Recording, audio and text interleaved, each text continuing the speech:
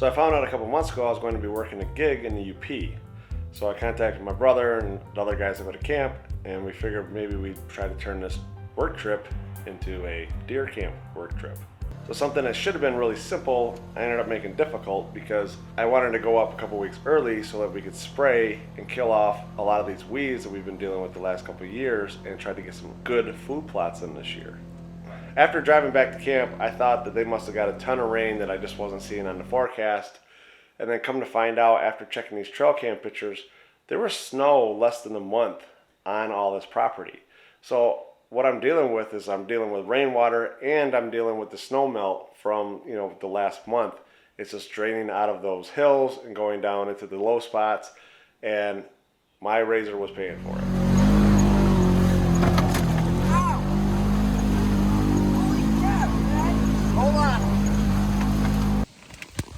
All right, we're mosquito getting, doing round 2, getting to camp. We went in the first time just to see if we'd be able to drive our truck, or my truck, and it's not happening, not even close. So we got one more trip after this, but we're gonna run to town and get some mosquito nets. I bought some, but they didn't come in time. So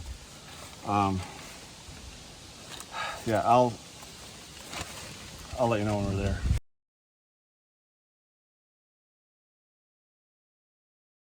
We ended up getting in there a couple hours later than what we thought we'd be able to get in there, and it rained pretty much the whole night. So my plan of going in, spraying, and then leaving the next morning was pretty much non-existent at this point.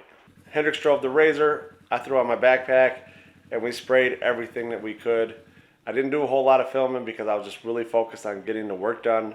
I planned on filming more and trying to get more done, but when we really got in there and we're already 12 hours behind, my main focus was just getting that place sprayed. We were using water out of the spring, and I was carrying it a couple hundred yards away, and then I was filtering it into my sprayer. What I thought would be something I could get done in a couple hours ended up taking me about 8 hours. I didn't end up filming a whole lot, but I did get most of the spraying done, and I was able to check the trail cameras that I left there from deer camp. So we have pretty much 7 months of trail cam pictures, and here are some of the best ones.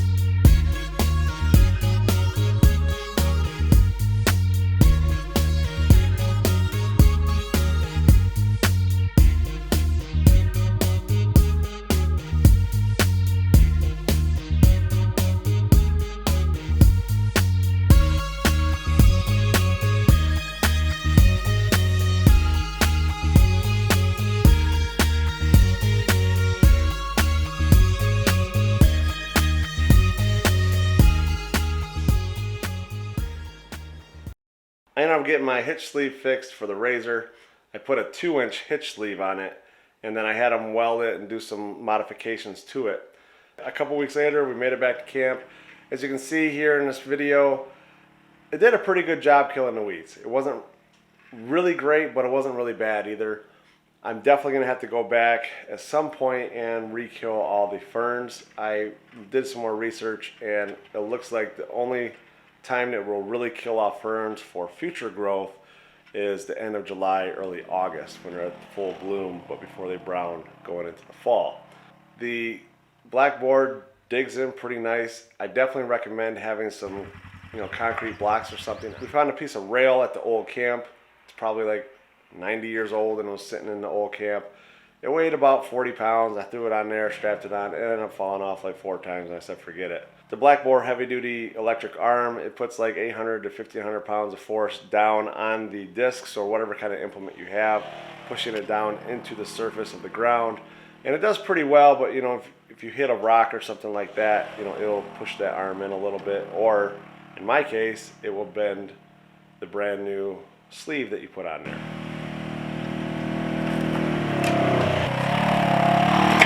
I don't think I'm going to do much more with this. There's a lot of broken glass in here. There's just too many fluctuations in the levels of the ground. So the black boar doesn't hit in a lot of spots. That's the one downfall. Like if I had just a regular pull behind disc, it'd always be on the ground, and then the tongue would just be moving. But in this case, it's directly in the sleeve, and so basically it goes up and down with the razor.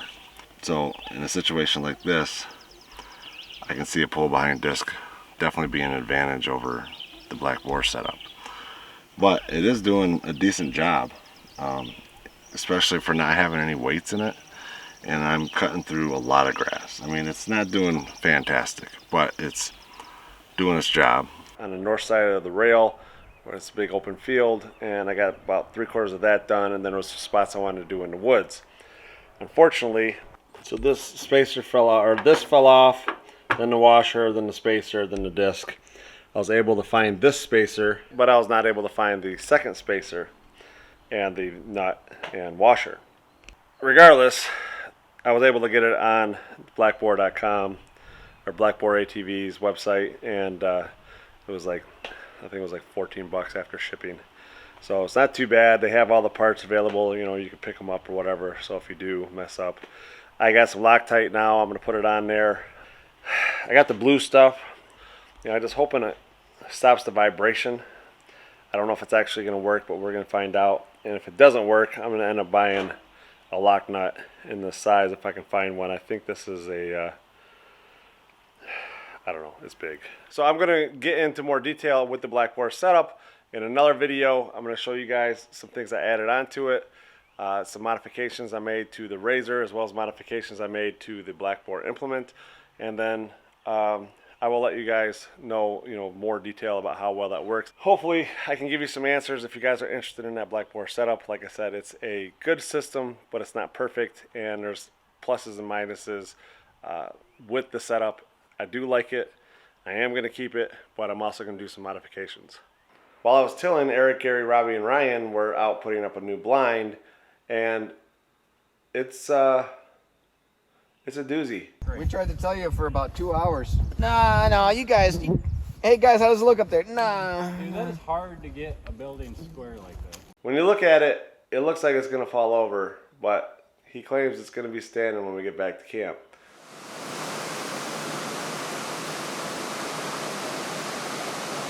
So I wanted to take Hendrix to a few spots that I knew about, but when we sat down for breakfast, we went to Fobbs in Crystal Falls, and they had a travel little booklet or whatever, and I started looking into a couple spots. Now I knew that there was a waterfall that was really close to camp, and I just found out about it this year. I've been coming to this camp for 17 years, and I had no idea that this waterfall was literally like 3 miles out of my way.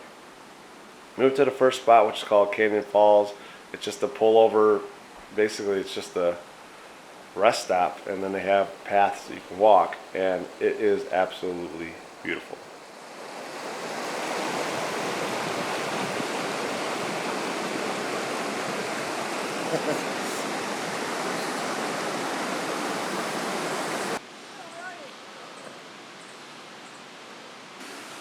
So cool, man.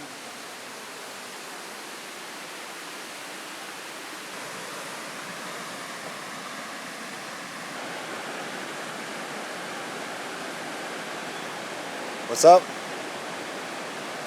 oh my god.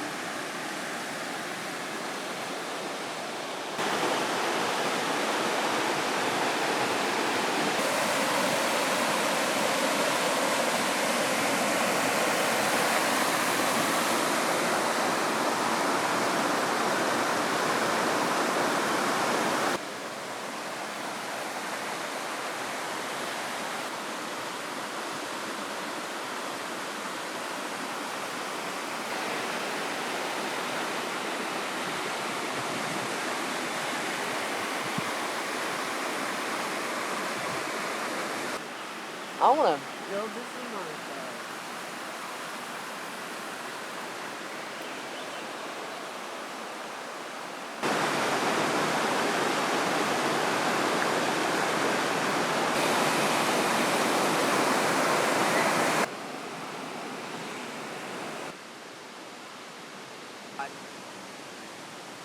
I love this so much.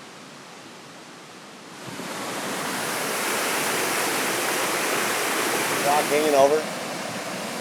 I love this. This is the best thing in life.